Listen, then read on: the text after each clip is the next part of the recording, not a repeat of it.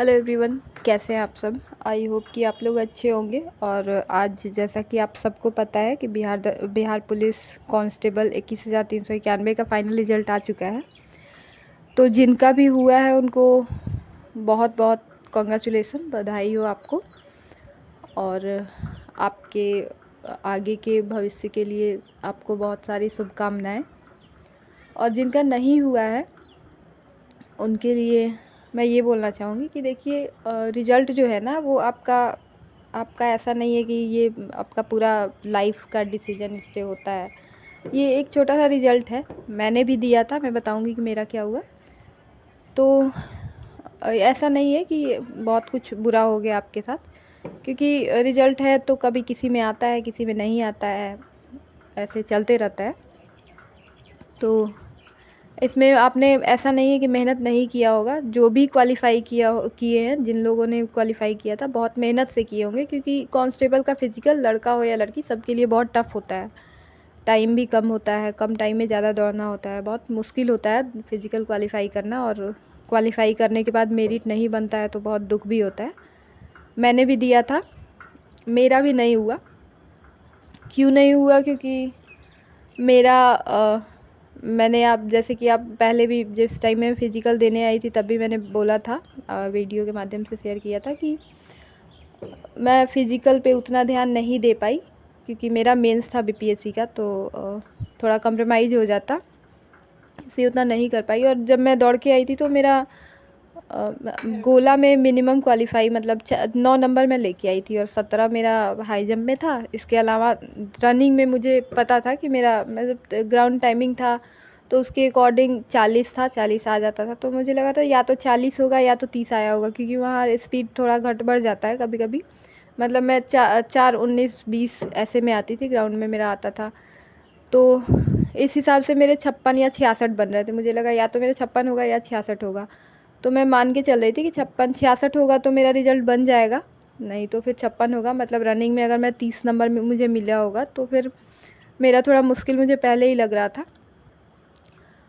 तो मेरा नहीं आया है और कट ऑफ 58 गया है, 58 ईडब्ल्यूएस महिला का, ईडब्ल्यूएस कैटेगरी से हूँ मैं। तो मेरा 56 रहा होगा, इसलिए नहीं आया है। तो 2 नंबर से यहाँ भी मैं पीछे ही रह गई। करना नहीं करना अलग बात होती है, लेकिन देखिए कहीं भी जब फाइनल से आप छटते हैं ना तो बुरा तो लगता ही है। हालांकि मुझे पता है कि मैं इसके लिए मैंने उतना टाइम नहीं दिया जितना देना था, क्योंकि मुझे मेंस ज़्यादा मेरे लिए इम्पोर्टेंट था देना, वहाँ पढ़ाई करना, वहाँ फोकस करना।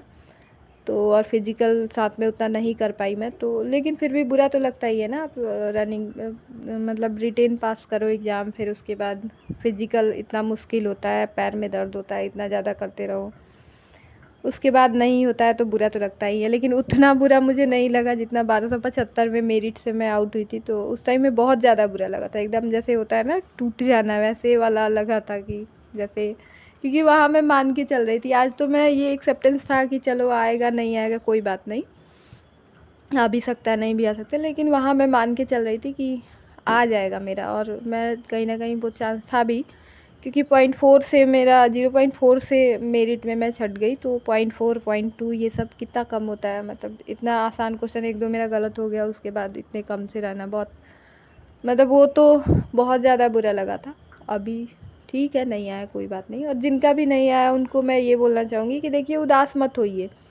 ऐसा नहीं है आप सोच रहे होंगे कि इनका ये अपना 19,000 वाले में भरी होगी इसलिए बोल रही है, ऐसा नहीं है। मैंने भी 19,000 वाले में फॉर्म नहीं भरा है, और इसमें नहीं हुआ ना तो विश्वास रखिए कि कहीं भी होगा तो आपका इससे अच्छा ही होगा। बहुत सारे लोग ऐसे भी हैं जिनका रिटेन नहीं हुआ था और इस बार फॉर्म भरे होंगे, तो आप अच्छे से तैयारी कीजिए, आपका हो जाएगा। क्योंकि जो लोग भी ध्यान, मेरे जानने वाले भी कुछ लोग हैं जिनका हुआ है, जो लोग अच्छे से बस यहीं पे फोकस कर रहे थे उनका हो गया है। और बाकी मेरे साथ मेंस देने वाले भी एक दो लोग, मेरे मेरे कुछ फ्रेंड्स, एक दो फ्रेंड थी, तो उनका नहीं हुआ है क्योंकि हम लोग नहीं टाइम दे पाए। तो आप अगर कर रहे हैं तो अच्छे से कीजिए, आपका ज़रूर हो जाएगा। और जिनका नहीं हुआ है, जो अगले वाले में फॉर्म भी नहीं भरे हैं, तो अपने आप पे विश्वास रखिए और भगवान पे भरोसा रखिए। ये मान के चलिए कि कहीं भी होगा तो आपका इससे अच्छा ही होगा। तो थोड़ा बुरा तो लगेगा आपको, एक दो दिन टाइम लीजिए, उसके बाद पढ़ाई अच्छे से स्टार्ट कीजिए। आप अपना मान के चलिए कि मतलब अगले एग्ज़ाम को जिसको भी टारगेट करना है करिए, उस पर फोकस कीजिए।